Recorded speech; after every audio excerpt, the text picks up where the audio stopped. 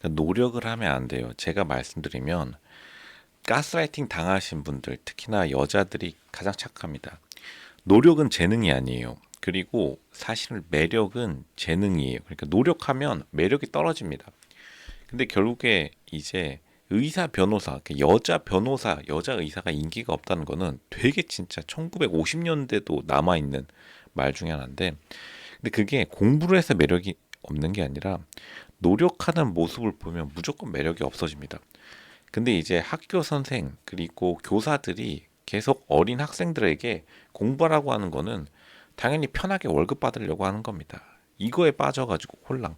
그리고 학부모들도 솔직히 자녀 기르기 귀찮으니까 그냥 교사들 가스라이팅에 대충 속아준 다음에 그리고 나서 자기 자식 인생 나락으로 보낸 거예요.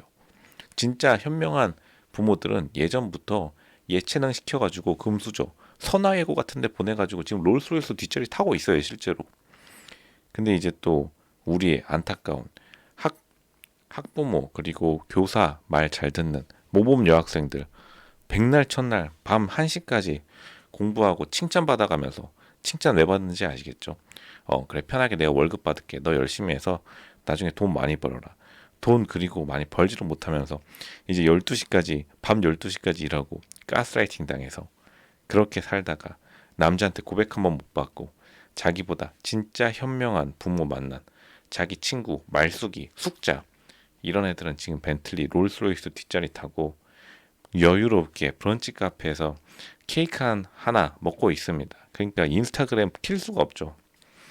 그러니까 현숙이 결국엔 자기가 살아오면서 남자의 고백을 한 번도 못 받았다는 그 말 순간에 많은 분들이 정말 슬퍼하시는 분들이 많은데, 그리고 그 짧은 순간이지만 그 슬픈 감정이 저에게도 전해졌습니다.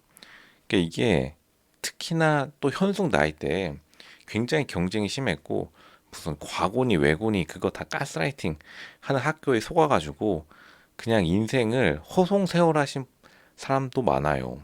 기껏 뭐 당연히 변호사 의사 되면 좋죠. 근데 그거 별거 없는 거를 이제서야 깨닫고, 물론 별거 있긴 한데 그만큼 힘들고 힘든 길은 길이 아니라고 했는데 노력을 하는 순간 매력이 급감하기 때문에 여자들은 특히나 예전부터 70년대 우리 선조, 우리의 그리고 어르신들이 모자라 가지고 손에 물 안 묻히겠다라고 하는 게 아닙니다. 실제로 손에 물을 묻히고 노력하고 열심히 일하는 순간 사람의 체력이라는 게 한정돼 있기 때문에 여자들의 경우 폭삭 늙어요. 진짜 예쁜 사람들도 폭삭 늙어버리고 에너지 기빨린다 하죠. 환자 보면은 당연히 그 우중충한 에너지 가지고 지금 청담동 남자 만나러 가면은 청담동 남자가 현숙이랑 데이트하고 싶은 마음 들겠어요. 환자의 부정적인 기운 가져가 버린다. 근데 물론 이제 뭐 미용, 성형외과 근무하면은 조금 더 나은데 그만큼 열심히 일할수록, 그러니까 열심 가스라이팅, 노력 가스라이팅에서 정말 주의해야 됩니다. 그렇다고 해서 탱자탱자 놀라는 게 아니에요. 다른 사람, 다른 사람의 말에 너무나 손쉽게 넘어가서 자신의 우선순위를 흔들리면 안 된다. 그러니까 자신의 우선순위라는 거는 결국 연애 결혼 시장에서의 승리죠. 이제 사람들이 추천해 주는 건 대부분 다 단물 다 빠진, 그러니까 소문난 잔치에 먹을 거 없다라고 하는데, 이제 슬슬 우리나라도 한국도 가스라이팅이 무너져 내리면서 이제 교대가 인기가 완전 없어졌죠. 예전에는 교대하면은 굉장히 높았던 학교 중에 하나였는데 그건 낮아진 게 아니라 사실 정상화된 겁니다.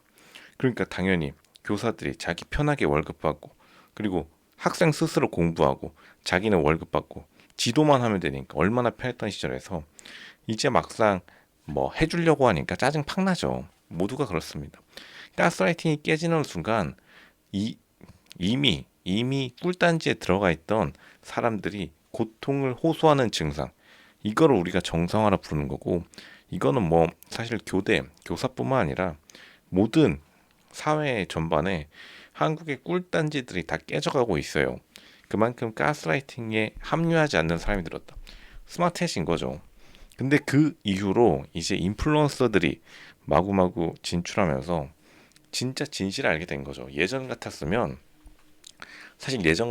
이렇게 저처럼 실제로 주변에 직접 놀러 가야지 이러한 사실을 알 수 있었는데, 이제 인스타그램으로 일반 저기 촌동네 시골 시골에서 공부하는 여학생들조차도 진짜로 현명한 사람들, 진짜로 현명한 여자 학생들이 어떻게 해서 진짜 금수저의 라이프로 들어가는지를 알게 된 거죠. 공부가 아니라 인스타그램 딱 켜보니까 남자 잘 꼬셔서 만나고 있더라. 끝난 겁니다.